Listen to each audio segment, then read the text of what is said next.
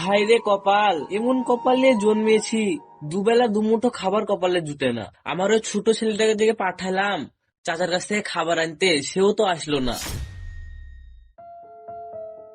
চাচা, ও চাচা, মা পাঠাইলো আপনার কাছে খাবারের জন্য।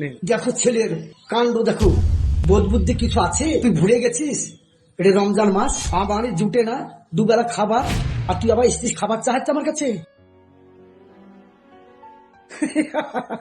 তুই খাবার চাইতে এসছিস?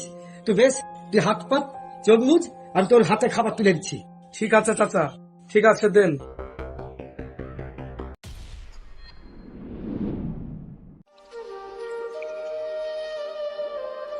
মা, ও মা, কি হলো বল? মা, ও মা, জানো চাচা আজ আমার সঙ্গে কি বাজে ব্যবহারটাই না করলো। কেন রে বাবু, তোর চাচা তোর সঙ্গে কি বাজে ব্যবহার করেছে? না না মা, কিছু হয়নি, তোমাকে একটা আমি কথা বলে যাই। তাহলে শুনো মা, এই পৃথিবীতে যেই দিন মায়ের পেট থেকে যুদ্ধ করে এই পৃথিবীতে আসতে হয়েছে, ওই কঠিন পরীক্ষায় যদি দুই কোষ্ঠী কম্পিউটারকে হারিয়ে বিজয় লাভ করতে পারি, তো এই জমিনের বুকে আমাকে কেউ হারাতে পারবে না। আমার গলায় ছুরি ধরে জিজ্ঞাসা করা হয়, আমি তখনও বলবো আমার বাবার আত্মীয় স্বজন আমার কোনো কাজে লাগে না।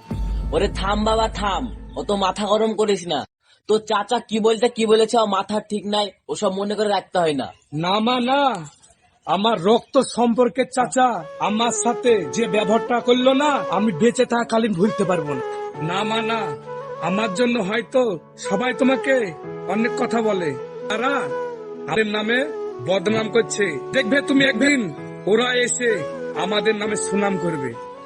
মা, তুমি একদিন জোর গলায় বলবে আমি তোমার ছেলে।